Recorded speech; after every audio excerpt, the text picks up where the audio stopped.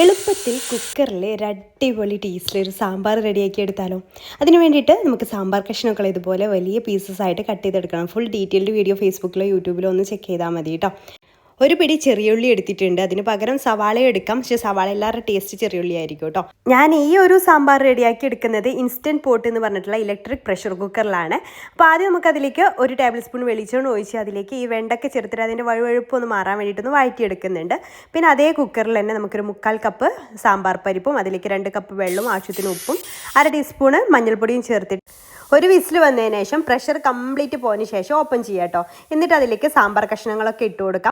വെണ്ടയ്ക്കയും മുരിങ്ങാക്കായും ഇട്ട് കൊടുക്കണം കേട്ടോ. അതിലേക്ക് 2 പച്ചമുളകും, ഉപ്പ് കുറവുണ്ടെങ്കിൽ ഉപ്പും, അതേപോലെ തന്നെ 2 കപ്പ് വെള്ളവും ചേർത്തിട്ട് വീണ്ടും നമുക്ക് ഹൈ ഫ്ലെയിമിൽ ഒറ്റ വിസിൽ കേട്ടോ.